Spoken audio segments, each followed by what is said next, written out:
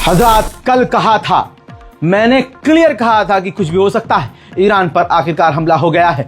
Israel ने Iran पर फज्र के वक्त, समझ लीजिए कि जब पूरा ईरान सो रहा था, उस वक्त ईरान पर इजराइल ने हवाई हमला कर दिया है। ईरान, तेहरान और न जाने किन किन जगह पर कहा जा रहा है कि न्यूक्लियर फैसिलिटीज को मिसाइल से हमला करके निशाना बनाया है इजराइल ने। साथ ही आपको बता दूं कि ईरान का नुकसान होने की संभावना है। साथ में बड़ी खबर, अभी तस्वीर ये आप देख रहे हैं, ये देखिए किस तरह से बिल्डिंग्स तबाह हुई हैं, किस तरह से ईरान के जो बड़े बड़े मकानात हैं पूरी तरह से ढह चुके हैं। आपको बताना चाहूँगा कि सबसे बड़ी बात यह है, IRGC के कमांडर जनरल सलामी को भी निशाना बनाया गया है, न्यूक्लियर वैज्ञानिक को भी निशाना बनाया गया है। इजरायली मीडिया तो ये दावा कर रहा है कि उसका हमला कामयाब रहा है और उसने जिन जिन टॉप लीडरों को निशाना बनाया था वो अब इस दुनिया में नहीं है। दोस्तों, इसके अलावा डराने वाली बात यह है कि ईरान के जो राष्ट्रपति हैं, पेज़ेश्कियान, कहा जा रहा है कि उनके अपार्टमेंट पर भी इजराइल ने हमला किया है।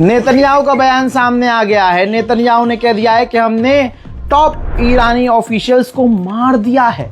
साथ ही हम इसी तरह से इस ऑपरेशन को जारी रखेंगे। हमने ईरान की न्यूक्लियर फैसिलिटी, यूरेनियम फैसिलिटी, परमाणु हथियार बनाने वाली जगहों पर सटीक निशाना करके भारी तबाही मचाई है और इसी तरह से हम आगे हमला जारी रखेंगे। सुनिए। They've backed up their genocidal rhetoric with a program to develop nuclear weapons.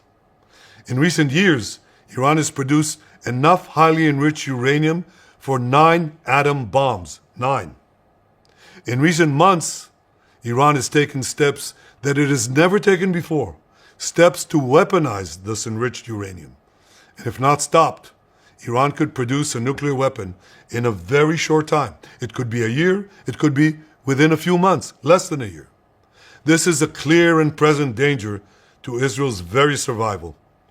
80 years ago, the Jewish people were the victims of a Holocaust. खुद नेतन्याहू ने कंफर्म किया है कि हमने IRGC और न्यूक्लियर वैज्ञानिकों को ईरान में निशाना बनाया है। नेतन्याहू ने कहा कि ईरान के पास इतना यूरेनियम मौजूद है कि वो 15 परमाणु बम बना सकता है। इस वजह से हमने ईरान पर हमला किया है। ईरान के नेतंज, खुर्रमाबाद और हमदान, इन 3 से 4 जगहों पर कई बार बड़े धमाके की आवाज आई है। ईरान के पूरे इलाकों में धमाकों की आवाज सुनाई दी है। साथ ही ब्रेकिंग न्यूज मेरे पास ये भी है कि इराक की राजधानी बगदाद में भी, जी हाँ, इराक पर भी लगातार कई धमाकों की आवाज सुनाई दे रही है।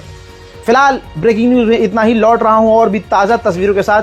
तब तक के लिए जय हिंद, दुआ कीजिएगा।